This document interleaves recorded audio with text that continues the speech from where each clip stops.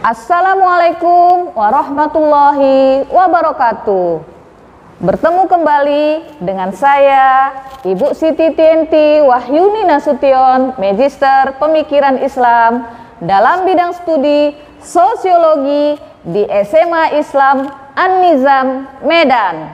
Apa kabar anak-anak? Semoga semua dalam keadaan sehat walafiat, tetap semangat belajar sosiologi, karena sosiologi wonderful. Bentuk-bentuk ketimpangan sosial. Sampai saat ini, ketimpangan sosial masih saja menjadi masalah di sebagian negara dunia. Permasalahan ini tidak hanya terjadi di negara berkembang, tetapi juga terjadi di negara maju. Indonesia sebagai negara berkembang juga mengalami ketimpangan sosial. Menurut Andrinov Chaniago, paling tidak terdapat 6 ketimpangan yang terjadi, yaitu sebagai berikut. 1. Ketimpangan antara desa dan kota. Yang kedua, ketimpangan pembangunan diri manusia Indonesia. Ketiga, ketimpangan antar golongan sosial ekonomi yang diperlihatkan dengan semakin meningkatnya kesenjangan ekonomi antara golongan-golongan dalam masyarakat. Yang keempat, ketimpangan penyebaran aset di kalangan swasta dengan ciri sebagian besar kepemilikan aset di Indonesia terkonsentrasi pada skala besar. Yang kelima, ketimpangan antar sektor ekonomi dengan ciri sebagian sektor, misalnya properti, mendapat tempat yang istimewa.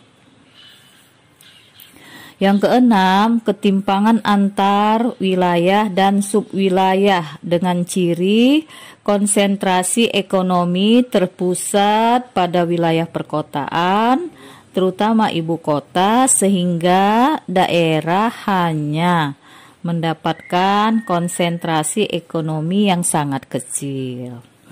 Berikut adalah faktor penyebab ketimpangan sosial.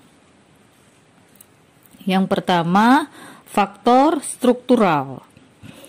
Nah, faktor struktural berkaitan erat dengan tata kelola yang merupakan kebijakan pemerintah dalam menangani masyarakat, baik yang bersifat legal formal maupun kebijakan-kebijakan dalam pelaksanaannya.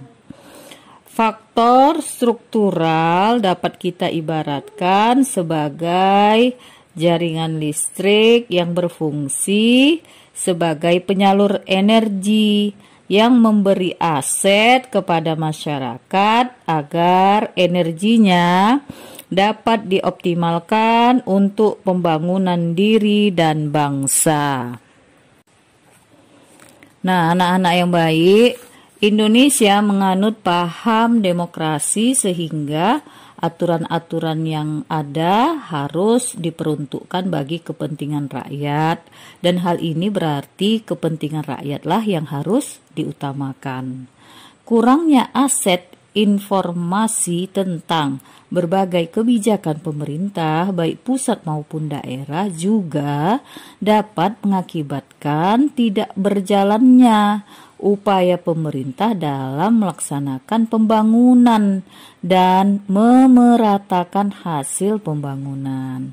Penyelenggara negara bukanlah penguasa negara yang bisa berbuat sekehendak hatinya, tetapi adalah abdi negara yang siap melayani kepentingan masyarakat. Bahkan sebagai penyelenggara, negara harus menjadi pelopor demokrasi yang dapat dijadikan sebagai teladan bagi masyarakat. Apabila hal ini dapat dilakukan, stabilitas sosial akan terjaga dan kesejahteraan sosial akan terwujud. Nah, negara seperti Indonesia yang wilayahnya sangat luas dan masyarakatnya majemuk, jelas memiliki potensi konflik yang besar juga, ya.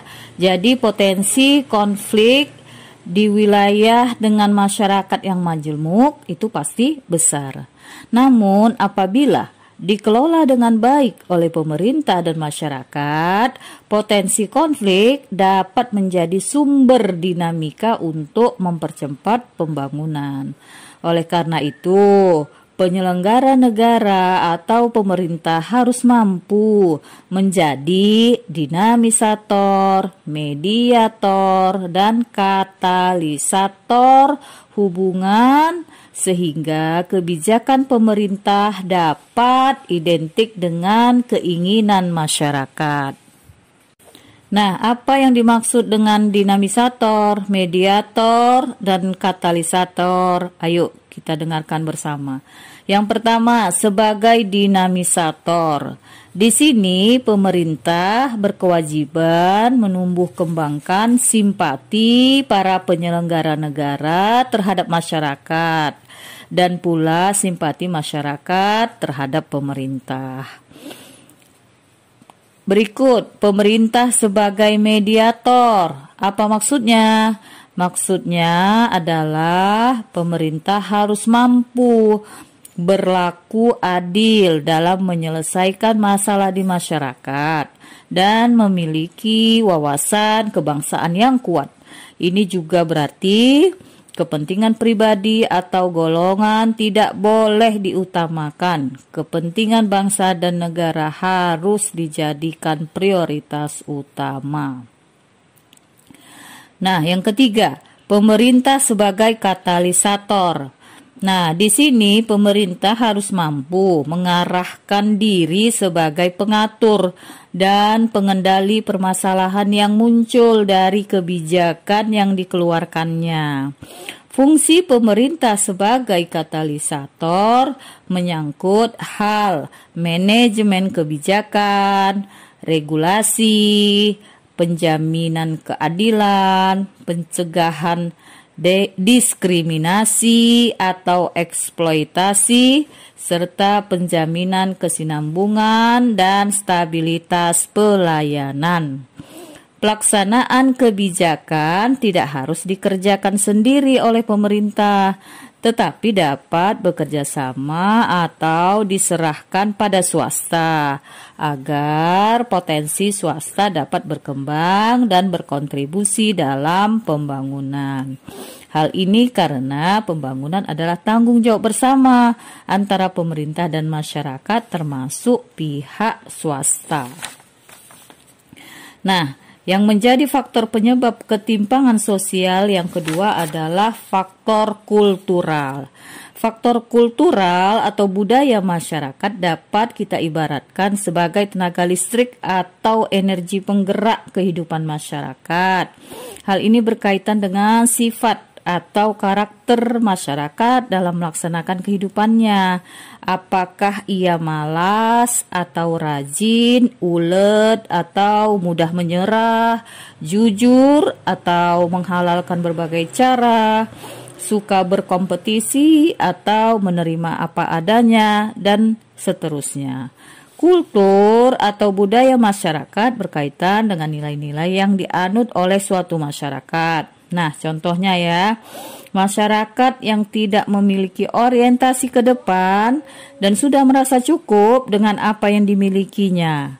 Mereka menganggap budaya hemat, suka menabung, dan membuat rencana tidak diperlukan. Ini terjadi karena mereka merasa kebutuhannya sudah tercukupi oleh sumber daya alam yang ada di sekitarnya. Namun apabila sumber alamnya kian menipis, sedangkan kemampuan berusahanya lemah, maka kemiskinan yang akan mereka peroleh. Kasusnya tentu berbeda dengan orang yang memiliki orientasi ke masa depan.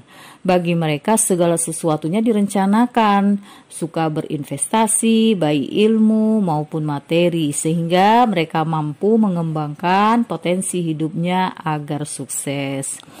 Budaya birokrat yang biasa dimiliki oleh penyelenggara pemerintah juga memiliki andil terjadinya ketimpangan sosial, yaitu terkadang adanya mental arogan yang merasa memiliki kekuasaan untuk menentukan segala yang menjadi wewenangnya. Akibatnya apa?